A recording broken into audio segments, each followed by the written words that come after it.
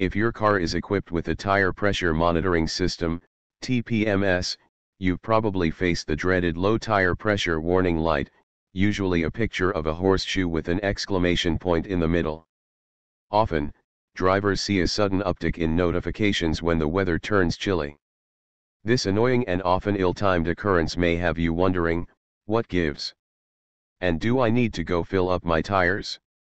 For every 10-degree drop in temperature, tire pressure decreases 1 to 2 psi, emails Rich White, Executive Director of the Car Care Council. Psi stands for pounds per square inch, and is a common unit for measuring pressure.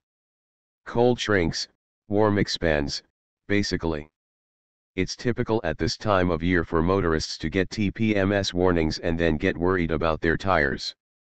In this case, what's shrinking is the volume of the air, thanks to the cold weather. Thus, less air equals less well-filled tires. Just because it's a common occurrence doesn't mean it's one you should ignore. Often people will see this light in the morning when it's coldest.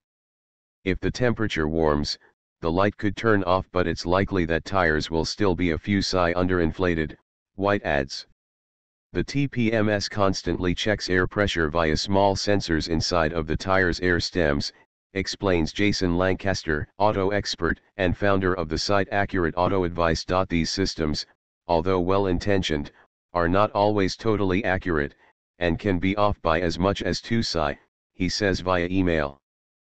But though it can be tempting to ignore that blinking light and go on your merry way, he advises against it. When you see the tire pressure warning, the best thing to do is a quick tire pressure check, he says, noting that digital tire gauges are much more accurate than those found at many gas stations.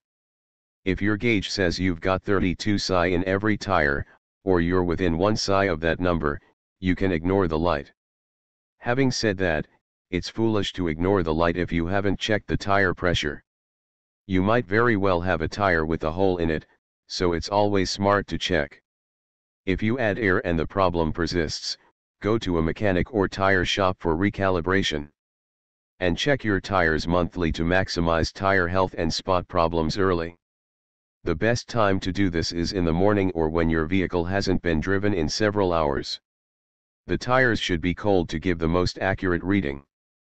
Not sure how to check tire pressure? If you want to prevent the light's appearance in the first place, Lancaster says there are a couple of things you can do. You can overinflate your tires by 2 or 3 psi, for instance, to 35 psi, instead of the recommended 32 psi. The downside to overinflation like this is that your tires will wear a little faster and your car will ride a little rougher, but the difference is negligible. Personally, this is my solution to this problem, he says. You can also inflate your tires with nitrogen instead of regular old air.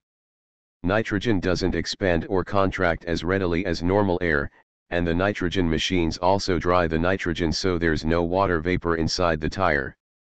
It's the water vapor that causes the big pressure drops, Lancaster says. Most tire shops offer nitrogen inflation during install, so you have to opt for it at the time you buy.